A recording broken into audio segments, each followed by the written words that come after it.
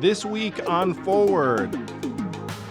This ain't a way to run a railroad. You can't do it every 4 years. You've got to work through Congress. So all of these activists that cheer on the right or the left, that now they have 4 years to do what they want. Yes, but after the 4 years, everything you got done goes away. There's almost nothing from the first Trump administration that has now survived to the second Trump administration. All of this, let's figure out how to work around Congress. The Supreme Court's done with it, and I'm done with it too.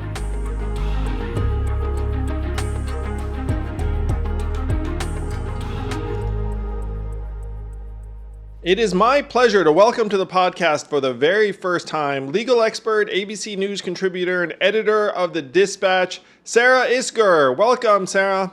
Thanks for having me. Well, thank you for sharing your time and expertise with us. I feel like your phone must be ringing off the hook with all sorts of questions. To be summarized, can they do that and will they do that? I think are the two big ones. Yeah, those are really the two big ones, and they apply to so many questions. I mean, my pocket Constitution's getting a lot of work this week. Oh yes, the Constitution. So by way of background, you are a Harvard-trained attorney. You worked on a number of presidential campaigns, including, I want to say, Mitt Romney and Carly Fiorina. Give people a sense. I'd put you in kind of this like traditional. Not to say, I mean, the ideology stuff is bunk, but like you're like one of these like rational types is the way I see you. You know, I actually when I started my political career, The West Wing was on TV. My first campaign was John Cornyn's first Senate campaign in 2002. And I fancied myself, Josh Lyman, right? Like I was an operative's operative. I wasn't here for the policy. So it's sort of funny that I have found myself in the position that I'm in where, yeah, I mean, I had no idea that I had principles, but there you are. And it turns out that, yeah, I actually am like an old school. I always hated when people describe themselves as Reagan conservatives because I wasn't, I was alive for the Reagan administration. I remember the Berlin Wall coming down, but like I didn't identify with Ronald Reagan. That was way before my time. And so, but like I guess I am. I'm a limited government girl, Andrew. Well, so you're the perfect person to talk to in this new era. Yeah, a limited government girl in a big government world. But also someone who's not keen on railroading the Constitution and the rest of it. So the first question, I'm sure, the series of questions you're getting is, hey, what's going to happen with all these cabinet nominees? You're going to be so sorry you asked that question. I will now spend the next 30 minutes explaining recess appointments to your audience. Okay, so that's what you're here for. Yeah, let's go. Let's go. The U.S. Constitution says two things about recesses. One, it says that if the two houses can't agree on an adjournment time, the president can adjourn them. But of course, if the two houses do agree, they adjourn themselves. So it's a little bit of a heads I win, tails you lose when it comes to President Trump, because if the Republican House and Republican Senate agree to recess, there's a recess. If they can't agree to recess, then Donald Trump can put them into recess. This will be important. Hold that thought. In the very next section of the Constitution, it says that the president may fill such vacancies that arise when the two houses are not in session. So back up, and President Obama tried to take a 3-day recess, basically a long weekend, an intra-session recess, and appoint a bunch of folks that he wasn't getting through that advise and consent process in the Senate. He put Cordry as the head of the Consumer Finance Protection Bureau and some folks on the National Labor Relations Board. And one of those regulated companies called Knoll Canning, they are a Pepsi canning company, sued. And they were like, you can't do that. A 3-day recess is not a recess as thought of by the founders in that section of Article 2 about the president being able to appoint during, these recesses. All right. It was a unanimous decision from the Supreme Court in 2014. Kind of. It was actually kind of 5-4. So basically, 9 justices said, nah, dog, you can't do that. But 5 of the justices said it's just because it was too short. 3 days is not a recess. Come back to us when it's a 10-day recess, and maybe you can do it. And 4 of the justices, led by Justice Scalia, with Roberts, Alito, and Thomas joining him, you'll note that 3 of those justices are still on the court, they said, no, look, an intra-session recess is not a recess. And also, we're not sure that recess appointments even exist anymore. This is an anachronism that made sense when literally you couldn't come back because your horse wasn't fast enough and we didn't have phones and we didn't have internet. You know, they didn't say this, but maybe if a nuclear weapon went off in Washington, D.C. and Congress could not meet, then yeah, sure, maybe the president still has this recess appointment power, but otherwise, there is no more recess appointment power because technology and the modern era have simply overcome that. All right, so fast forward to now. President Trump. Wait. So what happened to Obama's appointments? Oh, no, they were no. They was unanimously 9 justices said they're so it got undone, and those people were not actually in those jobs. All right, continue. Okay. So Donald Trump now says, I want Matt Gaetz for attorney general. And let's say that there are 4 or more Republican senators who do not think that Matt Gaetz is qualified to be attorney general. The question becomes, can Donald Trump appoint them anyway with this recess appointments power? So here are the questions we want to ask ourselves. 1, did the vacancy arise during the recess? Maybe, because if he fires the attorney general and the Senate and House are in recess when he fires that person, maybe the vacancy did arise during that recess. Second, are they actually in recess? Is this the type of recess that 5 justices will think fits with that founding era Article 2 recess power? That's where I think he runs into real problems. I think they're going to say no. But this takes me to number 3. When will they say no? I.e., if someone sues right away, does the Supreme Court say, great, we'll take the case, but that's going to take a year, and in the meantime, Matt Gaetz is attorney general? Or do they say, no recess appointments while we have to wait to take the case, in which case Matt Gaetz is not attorney general before they decide the case? This is the emergency docket of the Supreme Court that people have all this hand-wringing over, but you have to have some status quo while the case is pending and while you hear the arguments. So which status quo do you want it to be? The status quo with Matt Gaetz as attorney general, or the status quo where he's not? So a cynic like me thinks, hey, the Supreme Court has changed since 2014. There are a bunch of new justices who I feel like would be very reluctant to pick a food fight with Trump. I feel like their general jam would be let him do what he wants. But it sounds like the conservative justices stuck it to Obama last time. So would this require a little bit of a flippy-floppy from some of the justices if they decided, you know what, like all good, nothing to see here? Okay, many answers to that question. Very excited you asked. 1, it's interesting because Donald Trump's administration, the first time, was the least successful presidential administration at the Supreme Court in modern history. Obama and Biden had a higher percentage of successful cases at the Supreme Court than Donald Trump. Nobody has had a worse record at the Supreme Court than Donald Trump, even when he had appointed 3 of the justices there, really 2, because he appointed Amy Coney Barrett in the last few weeks of his term. So A, do not assume that this court is all in on Donald Trump whatsoever. But next, to your point about which justices are in that sort of very strict construction of the recess appointments, remember it was Scalia, Chief Justice Roberts, Alito, and Thomas that were the ones that said this is an anachronism and the recess appointments power doesn't really exist. 3 of them are still on the court. The ones that were in the maybe 10 days is enough camp, most of them are off the court.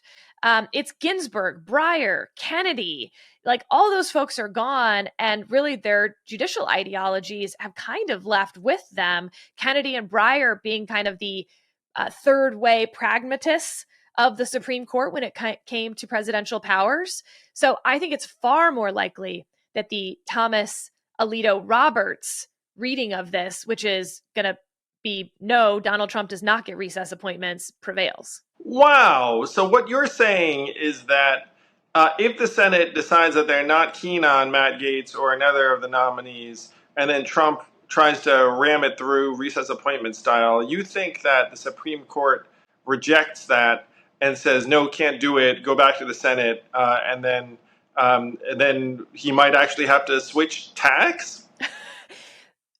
Yes, because they're not real big on presidential power right now. Look at last term, and you can read last term as just a pure repudiation of the growth of the executive branch at the expense of Congress. Those were all those administrative cases, overturning Chevron, administrative law judges having too much power without juries. So A, I don't think they're big on presidential power. B, you can see even the immunity case, for instance, where everyone was like, oh, this is the Supreme Court giving Donald Trump carte blanche to just break all the laws. I actually think that is also a presidential power case and a concern about, frankly, future presidents. And so if they allow Donald Trump to basically concoct a recess, to have recess appointments that we know the Senate would not confirm, A, they will know that they're getting rid of the advise and consent power basically forever. And at a time when they're trying to build up Congress, that would be the opposite of what they've done for the last 5+ years. Second, I mean, even if you like Donald Trump and his appointees, let's say they all the justices are just super in with Matt Gaetz being attorney general. And I keep picking on him because it's sort of Sure, no, he's the most clear example. Let's say they're all in on Matt Gaetz. There's this fallacy, I think, in the other branches that like what is now will always be. Donald Trump will be in power forever and Matt Gaetz will be attorney general forever and all things will be fixed and there's no future. When you have life tenure on the Supreme Court and you've lived through administration after administration, you're not worried about Matt Gaetz. You're worried about Rashida Tlaib as attorney general under President Newsom in 4 years. And if you look at the last several presidential elections, not just here, but internationally, across Western democracies, we are not special. Populist movements, the party in power losing, change elections are an international phenomenon. People are not happy with the direction of Western democracies, certainly not in this country. The likelihood is that a Democrat will win in 4 years. And that's setting aside anything Donald Trump does or whether he's a popular president or not. And if you're sitting there on 1 Street in the Supreme Court with life tenure, 4 years seems like it's next week. I guess if you get old enough, 4 years can be like the blink of an eye. Not that we're there yet, right, We're Sarah? so young, you and I. But yeah, you can mean, imagine. In this realm, sure.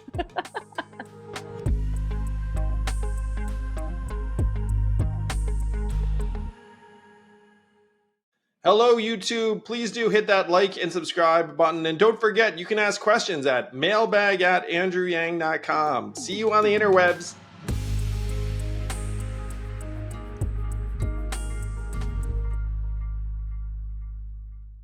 So this would be a happy surprise to most listeners, including me. But one of the things that you're suggesting, even if you were to use international standards, so let's say a populist comes to power, he gets there, and then my understanding of things is that most of the time that person is able to run roughshod over checks and balances if they exist in that place's constitution. On this one, I've got a prediction, which is different than yours, is the Supreme Court finds a way to not be involved. That's my bet. My bet is that, even what you said about, maybe we'll hear the case in a year, but in the meantime, you guys can do whatever you want. Like that's one possibility. And then this can gets kicked down the road, and then maybe they think of a reason not to hear the case the next year. So my prediction is that let's actually take a step back. So do we think the Senate actually throws up a roadblock in front of the Matt Gaetz and the rest of it? My feeling is yes on Matt Gaetz, and I don't know about the others. Apparently, there are enough Republican senators who are already signaling and muttering that they're not into the Matt Gaetz Attorney General pick.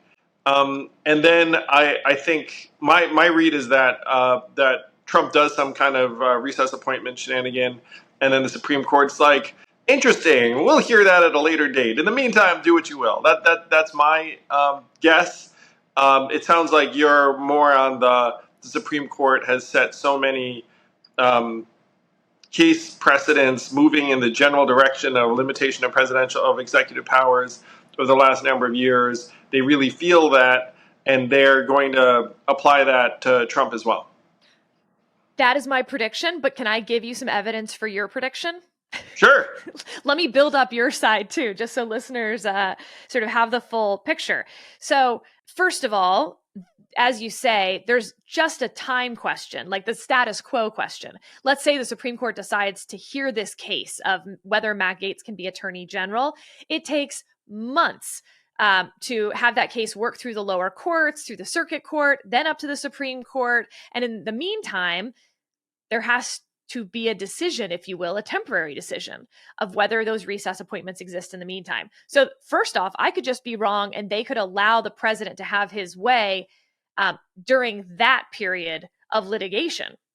So right off the bat, then, Matt Gaetz is Attorney General for 18 months while that case works its way through the courts. And at the end of 18 months, Matt Gaetz wants to run for governor of Florida, and the whole case is kind of moot at that point. Now, I still think they'd hear it because it's capable of repetition, yet evading review, as the Supreme Court says. But so first of all, you could just be right on the status quo problem as we decide the case. Second, you're right that they could say this is a political question between two branches and it doesn't involve us. Basically like this is high school and the two jocks are fighting it out, and like the nerds from the chess club do not need to come referee this fight. An intra-branch dispute between Congress and the president, in theory, can get resolved between Congress and the president. Congress can use its power of the purse to say, if you do this and ram through recess appointments without our advice and consent, we're not funding any of your fun times. So A, the Supreme Court could just stay out of it. B. Now, let me give you 3. C, I'm mixing all of my outlining skills. And that is that the Senate is scared about recess appointments and the president's threat of recess appointments. And they never go home. They never go home. They set the sleeping bag up. They take shifts. Or they just confirm everyone. They don't want to lose their advise and consent power.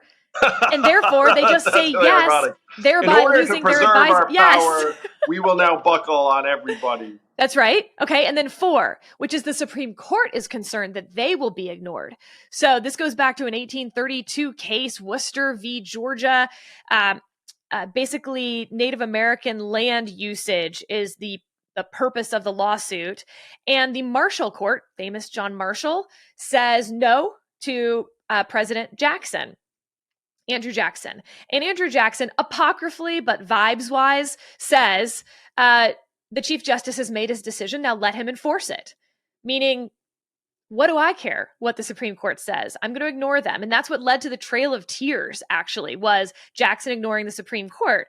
Now, since then, the Supreme Court has had to really think about whether their institutional legitimacy... Since then, the Supreme Court got their own military. That's right. You even can go to Brown v. Board of Education, the most famous Supreme Court decision maybe in history. That's ignored for 10 plus years. So you also have a problem of the Supreme Court, I think, in the modern era. Joe Biden kind of ignored the Supreme Court on the student loan debt forgiveness initiatives. They said he can't do it. And so he kind of just found other interesting ways to do it. It wasn't a pure ignoring the Supreme Court, but it was awfully close.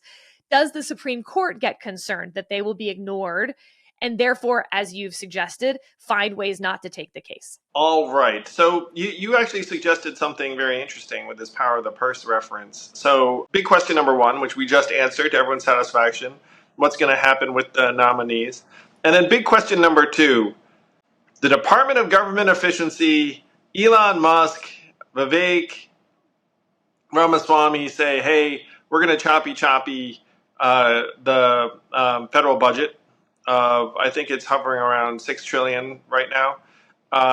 And then some members of Congress poo-pooed it and said, whatever, they're not even like a real government agency. It's 2 guys and some free labor enlisted via X.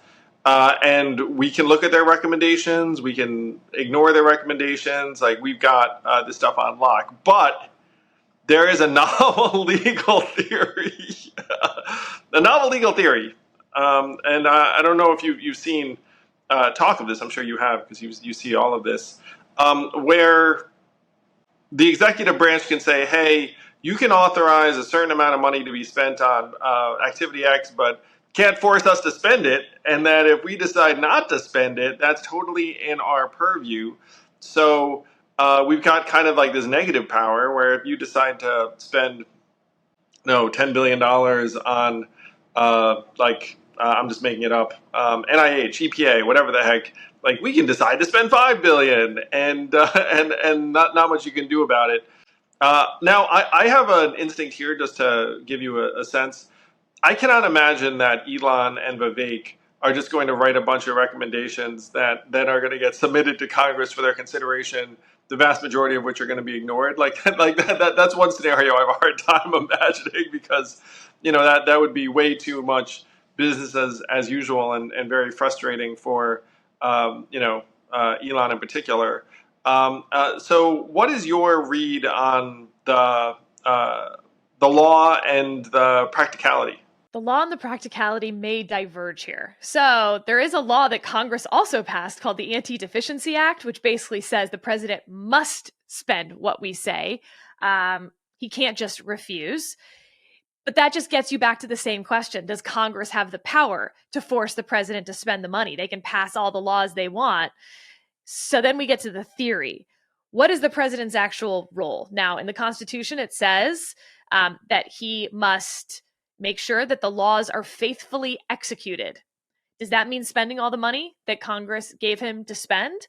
Or is the executive branch his to execute the laws? So, for instance, we know that the president doesn't have to go find everyone who's violated every criminal law and prosecute them. They have prosecutorial discretion. They can decide, like during the Obama administration, that they're not going to prosecute marijuana crimes. There was some litigation over that, but by and large, people thought that was in the discretion of the president. Compare that then to DACA, the Dreamers, right? They argued that that was prosecutorial discretion as well, but they were also giving legal benefits. And even though that is, I can't believe it, more than a decade later, still working its way through the courts, by and large, the answer to that looks to be probably not, that that's a use of prosecutorial discretion. When it comes to spending money, of course, there's certain things where Congress simply allocates the sort of maximum amount of money. But where Congress has said, for instance, we have created a Department of Education, and here is the money, and these programs must be facilitated through the Department of Education, it's actually a really novel legal question of whether the president can say, there is no Department of Education, and that's why I don't have to spend the money, because it's gone now. You can't make me have a cabinet member that I don't want.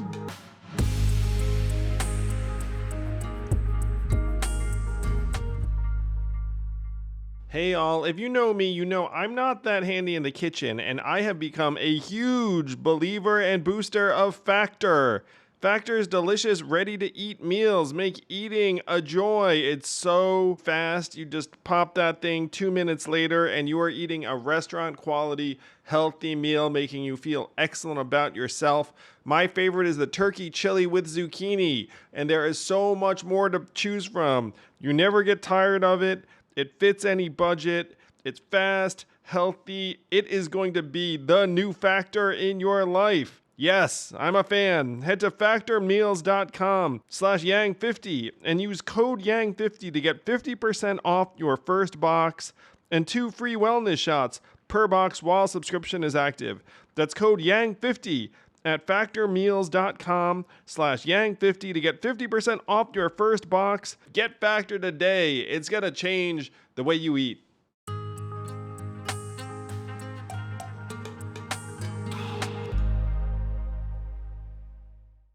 Yeah, so the Department of Education, obviously highly relevant because that's exactly what we're talking about here, is that they're looking to get rid of the Department of Education. So you think that the legal authority is actually very clear that, or when was the Anti-Deficiency Act passed, and has it ever been tested? The Anti-Deficiency Act was passed in 1982, and yes, there's been litigation around the edges. For instance, the Anti-Deficiency Act is why you can't go work for free for the government, which I know feels like it's the opposite of what we're talking about, where Congress says you must spend money, but it's also that you can't accept free labor because Congress hasn't authorized you to spend that money, even if it's sort of an in-kind contribution, if you will. But there's never been a question of like, I got rid of the Department of Education.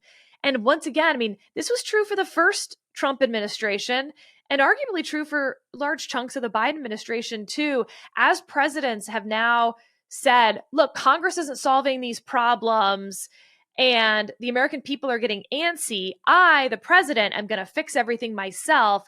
And Congress takes too long. It requires compromise. They're slow. They're partisan.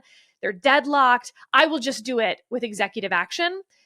It's really tested the boundaries of our constitutional order. So we've had lots of novel legal questions reaching the Supreme Court.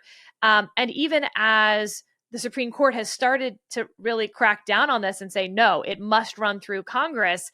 At the same time, you've changed the incentives of who runs for Congress in the first place. And we've lost a lot of those members of Congress who sort of came in a Mr. Smith comes to Washington type mood, to legislate, to make policy. A lot of the members of Congress who are getting elected right now don't even hire legislative staff. They just hire more people to book them on cable news hits, post to social media, raise small dollars. And so Congress has become more stagnant, and the president, through administrations, different parties, have tried to fill in the gap, but that's just not how our Constitution works. And that's why it's not working, and why you see then this pendulum swinging back and forth every 4 years where, let's take the Obama Clean Power Plan that he did at the end of his administration. Well, then Donald Trump, of course, got rid of that Clean Power Plan. Joe Biden came into office. He didn't put back into place the Obama Clean Power Plan. He had a third Clean Power Plan. If you care about climate change, this ain't a way to run a railroad. You can't do it every 4 years. You've got to work through Congress. So all of these activists that cheer on the right or the left, that now they have 4 years to do what they want. Yes, but after the 4 years, everything you got done goes away. There's almost nothing from the first Trump administration that has now survived to the second Trump administration. So that's a long way of saying all of this, let's figure out how to work around Congress. The Supreme Court's done with it, and I'm done with it too. Wow. Way to plant a flag. I agree with you that that at this point there's been this vacuum, and then the executive branch is filled, and it's not great. And I also agree with you that having 4 years is not enough time to really get things done sustainably, because a lot of the time, you're actually not even doing it for 4 years. Like, you're passing in year one, and they get rolled down year two, and then it's out there for 18 months, and then it's like, oh, lose, and then you turn around. So that's not great. Climate's a fine example. I'm sure people have others. So to the Department of Education example, which is very, very relevant, because I believe multiple figures have said they want to get rid of it. So let's play this out for a second. The budget has a certain number for the Department of Education, and then the executive branch says, haha, we actually have gotten rid of this agency, fired everybody, leased the office building, done whatever. It's all gone now. And then I can't think of a precedent where Congress was then able to enforce something about against the executive branch. In theory, this would get kicked to the Supreme Court, but again, my feeling is that the Supreme Court might look at this and say, hey, this is something for you guys to sort out, or we don't want to get in a fight with the president about this particular thing. How likely do you think this scenario that we just described is? So, first of all, the Republican Party has had in their platform to get rid of the Department of Education since I got into politics, which hasn't happened yet. So whenever you're talking about anything in Washington, D.C., bet on the status quo. Because once people get into power and you've got that amount of money and you've got people who want those titles and that power, they tend not to want to give it up. even if they said they did ahead of time, and even if they don't like the other party having that power. So that's part one. Part two, would the Supreme Court once again have this as a political question? These are two branches. They both have checks and balances against one another. They can work this out. Maybe yes, maybe no. I think it kind of depends how it arises. I think a lot of people don't understand that the Department of Education actually does not do a whole lot in our education system. It's really state and local. That's what your school board does, state set curriculum, all of those things. So there are certainly large swaths of the Department of Education that could probably disappear tomorrow, and the vast majority of Americans wouldn't necessarily feel that. But there's, of course, also parts of the Department of Education, mostly the grant part, where they give money. Well, they do carrots. They'd be like, hey, guys, That's race to the right. top. Like, here's some money. You do this. Yeah. And so if that money suddenly disappeared and all the parents in America were like, why did my school just lose 20% of its budget? That might be a politically unpopular thing to do. So yes, the two branches have checks on each other, but the American people have a check too, which is why presidential administrations tend not to do unpopular things. But of course, Donald Trump is a one-term president, so maybe he'll be bolder than before. But I don't know. George W. Bush was a two-term president, meaning he had a lame duck term also. Yeah, this is one of the most interesting elements of this administration, because I agree with you, Sarah. Ordinarily, you get in there and you're like, hey, things aren't so bad. I'll install a person. We'll do a little movie. We have some resources to play with. And some people like something. I mean, there's always someone who's relying upon it. It's easier just to let the money to continue to flow. I have a different sense of this crew. I certainly, Elon and Vivek are private sector guys who are very, very anti-bloat, waste, bureaucracy. I mean, Elon hates bureaucracy with a passion. It's like one of the banes of his existence. And so they got Trump elected, at least in their minds, though in Elon's case, it's pretty accurate. And then he'll say, hey, you know what we're going to do? We're going to get $1 trillion out of this. I said 2 trillion. Maybe I can't do that, but we're going to get $1 trillion out.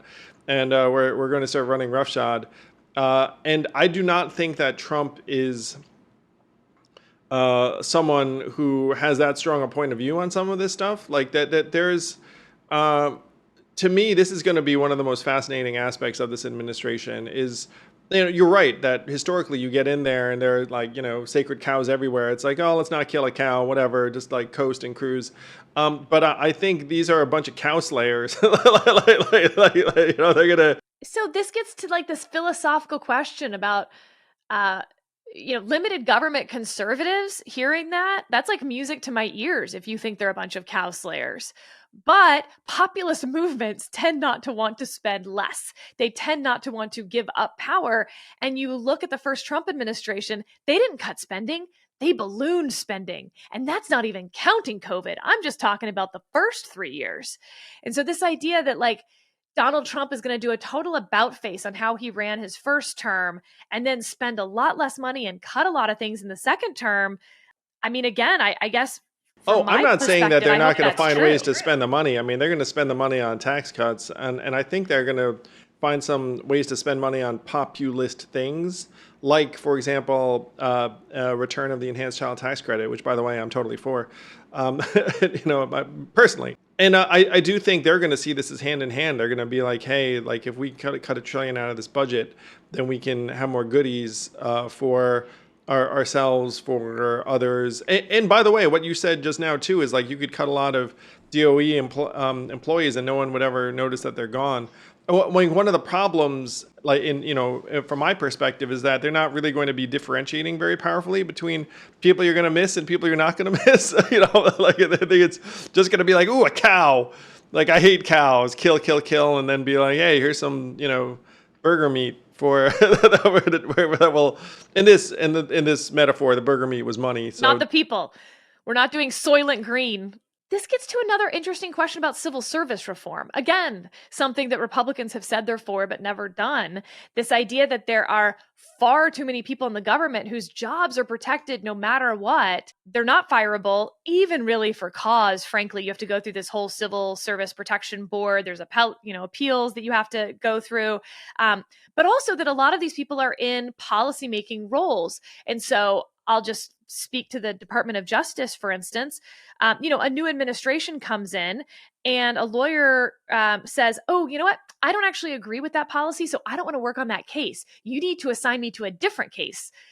And that makes no sense, because what if all of the lawyers said they don't want to work on that case, but they're civil service protected and you can't hire more because you don't have any more budget for that, but you also can't get rid of the people who are there. So a real question for me is, A, to your point, what are they slashing and burning, if anything, once they get in there? Do you remember the West Wing episode where there's the multiple, she has 4 binders or something, and it's on cabbage, and I think Rob Lowe is like, that's ridiculous. We need to slash that department. And she's like, no, actually, this is really important about how cabbage is used in all parts of our ecology and blah, blah, blah. Who knows when you go in there to kill the cow and the cow looks at you with those big doe eyes and you learn that the cow was this beautiful creature all along. But a second part of this is civil service reform. And do they actually have the will in Congress to change how these people are hired, who has the ability to fire them, and what percentage of federal executive branch employees fall under that protected umbrella?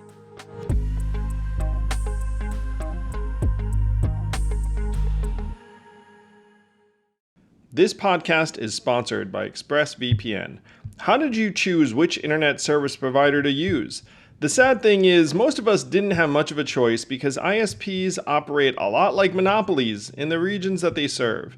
They then use this monopoly position to take advantage of customers, and yes, they even sell your data, your activities to advertisers and big tech companies, and you don't see a dime. That's why I protect my internet surfing and devices with ExpressVPN. When you use ExpressVPN, it's like a magic portal to a perfectly safe and anonymous internet. And don't take my word for it. This is the #1 VPN service according to CNET. It's used by major companies all over the world. So stop handing over your personal data to ISPs and other tech companies who then mine your activity and sell off your information. Protect yourself with a VPN I trust to keep my privacy online. Visit expressvpn.com/yang. That's expressvpn.com/yang to get 3 extra months free. Go to expressvpn.com/yang right now to learn more.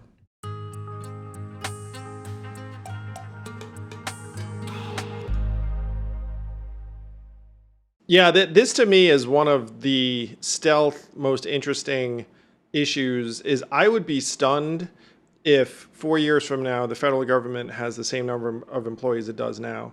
I think that there's a real hatred of, they call it the deep state, and then there are a bunch of anti-bureaucrats in positions of power, like Elon and Vivek, especially Elon. If he feels like he's wasting his time, he's going to be out of there like that, and it's going to be public too. Yep.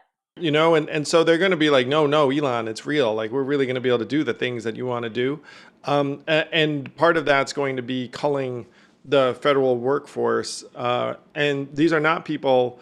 But they'll need Congress to do that. If they don't have authorization, and this is the interesting question to me. This is the interesting question. Sue and get a lot of money when they try to remove them from their jobs. I foresee that that's going to happen, Sarah. We're going to have. I predict mass layoffs in the federal government, and then to your point, probably massive lawsuits saying hey, you can't do that, and then we'll see how that shakes out.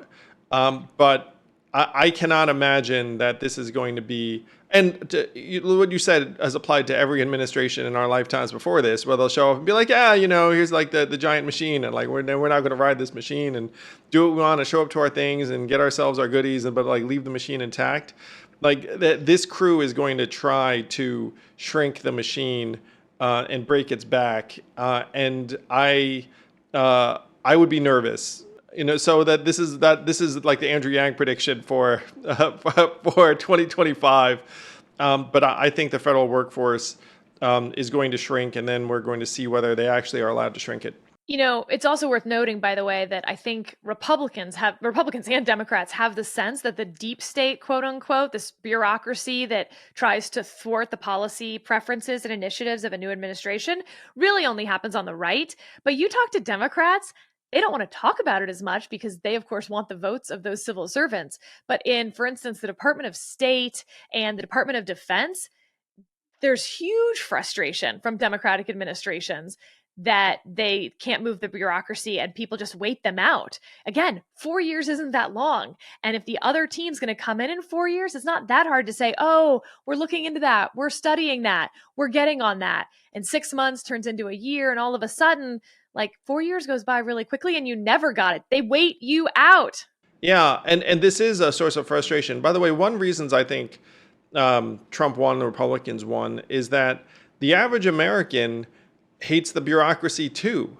And Democrats have become, unfortunately, like the de facto party of defending the bureaucracy. Now, obviously, if you sit down with a Democrat individually, you'd be like, hey, like, don't you wish you could get all this stuff done? They're like, oh, yeah, it's really irritating that I can't get this done. But there, in our dysfunctional politics, you have like this side, that side. And so if Republicans are like, yeah, deregulate, burn down the deep state bureaucracy, and the Democrats de facto are like, civil servants good, government expenditure good. I mean, to some extent, the Democratic Party allowed themselves to be defined by Donald Trump. Whatever Donald Trump said he was for, they had this knee-jerk, no, that's bad reaction. And it allowed him to paint them into a corner of being the party of the elites, the bureaucracy, the faculty lounge, the language police. I mean, it's sort of amazing when you look back at how effective Donald Trump was at defining his enemies for them. Yeah, and it's a real structural problem of the two-party system that you just wind up getting divided into one camp or the other. I mean, in my opinion, there are a lot of folks who are in Trump's camp that just got antagonized by the Democrats. Elon most prominently, not being invited to the electric vehicle event, and then hearing Mary Barra get called the mother of electric vehicles or whatnot. That he was like, what the heck? And then here we are.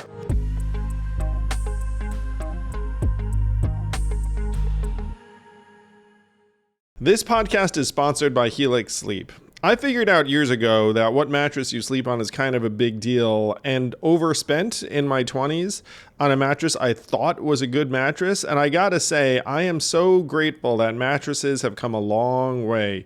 Where back then you couldn't personalize it, you didn't have a sleep quiz, you didn't have a multi-month send it back if you don't like it guarantee, and all of those things are now available to you via Helix Sleep. I ordered a Dawn Firm mattress, and it has been a game changer, not just for me, but my kids now seek it out. Helix Sleep now is giving one of its best discounts ever. Get 25% off site-wide, plus 2 free Dream pillows with any mattress purchase, and get a free bedding bundle, which includes 2 Dream pillows, a sheet set, and a mattress protector with any Luxe or Elite mattress order at helixsleep.com/yang. That's helixsleep.com/yang.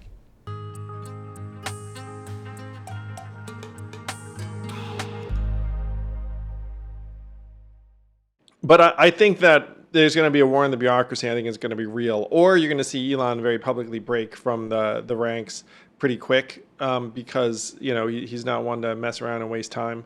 And I think that they're going to want to keep Elon happy. And a lot of that group is with him. Like a lot of that group hates the bureaucracy too. Can I turn a question around on you? Oh, yeah, please go ahead. What do you think will be the working relationship between Elon and Vivek? Do you think these are people who can work together? They seem to have pretty strong personalities.